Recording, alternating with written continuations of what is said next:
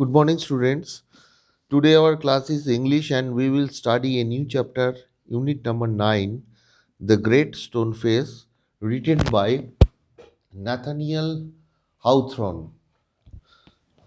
I am reading textbook.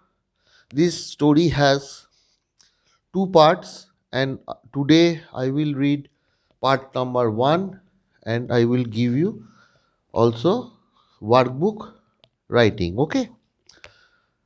Uh, if you have books, you open your book and read along with me. Once afternoon, when the sun was going down, a mother and her little boy sat at the door of their cottage, talking about the great stone face. They had only to lift their eyes, and there it was, plain to be seen, though miles away, with the sunshine brightening all the features.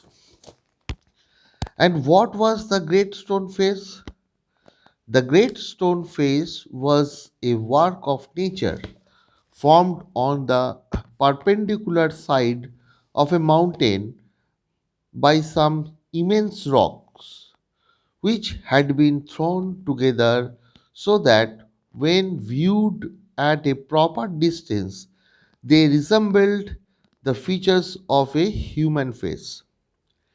If the spectator approached too near, he lost the outline of the enormous face and could see only heap of gigantic rocks piled one upon another. But seen from a distance, the cloud clustering about it, the great stone face seems positively to be alive. It was the belief of many people that the valley owed much of its fertility to the beaming face that was continually beaming over it. A mother and her little boy, as we said earlier, sat at the door of their cottage, gazing at the great stone face and talking about it. The child's name was Ernest. Mother, said he, while the great stone face smiled on him.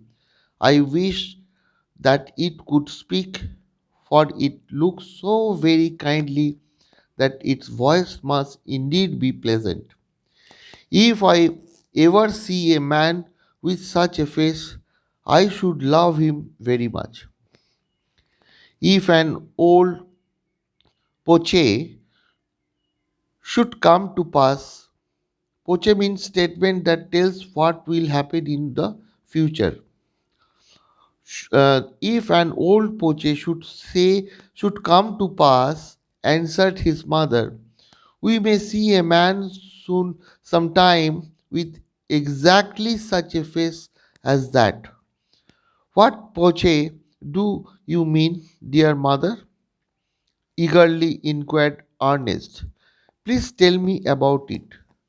So his mother told him a story that her own mother had told her when she herself was younger than little Ernest, that at some future day a child should be born near here who was destined to become the greatest and noblest person of his time and whose face is manhood should bear an exact resemble of the great stone face. Many still had faith in this old proche, but others look it to be nothing but idle talk. At all events, the great man of the proche had not yet appeared. Oh, mother, cried Ernest, clapping his hands above his head. I do hope that I shall live to see him. His mother was an affectionate and thoughtful woman. It was proper she thought not to discourage the fancy, fanciful hopes of her little boy. So she said to him, "Perhaps you may." And Ernest never forgot the story that his mother told him. It was always in his mind whenever he looked upon the great stone face.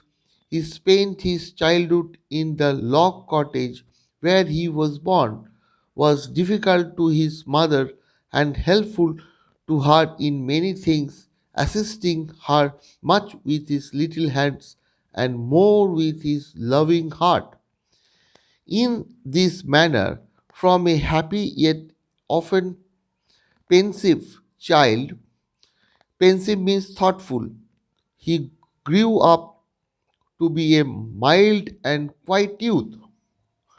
Ernest had no teacher, but the great stone face became one of him.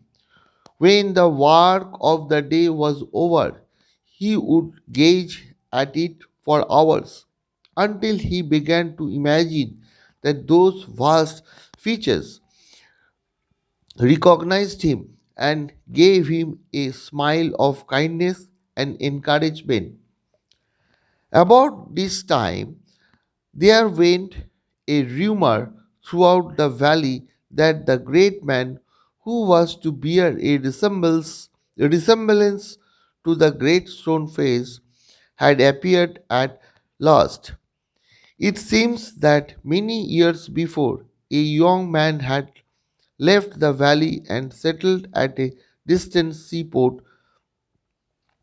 gather gold, which was his name, had set up as a shopkeeper and being sharp in business matters had become so very rich that he would have taken him 100 years only to count his wealth. In time, he thought of his native valley and decided to go back there and end his days where he had been born. Ernest has been deeply stirred means moved by the idea that the great man, the nobleman, the man of prophet, after so many ages of delay, was at length to be seen in his native valley. While the boy was still gazing up the valley one day and imagining that the great stone face returned his gaze, the noise of wheels was heard, and a crowd of people cried, "Here comes the great Mr. Gather Gold." A carriage drawn by 4 horses dashed around the turn of the road. Within it, thrust the party out of the window, appeared the face of an old man with yellow skin. The very image of the great stone face, shouted the people.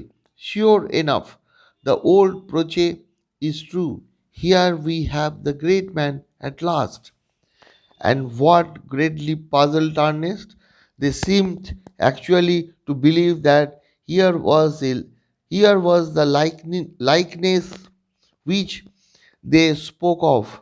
He turned away sadly from the wrinkled shrewdness of the unpleasant face and gazed up the valley where the stone face seems to say, "He will come, fear not, Ernest, the man will come."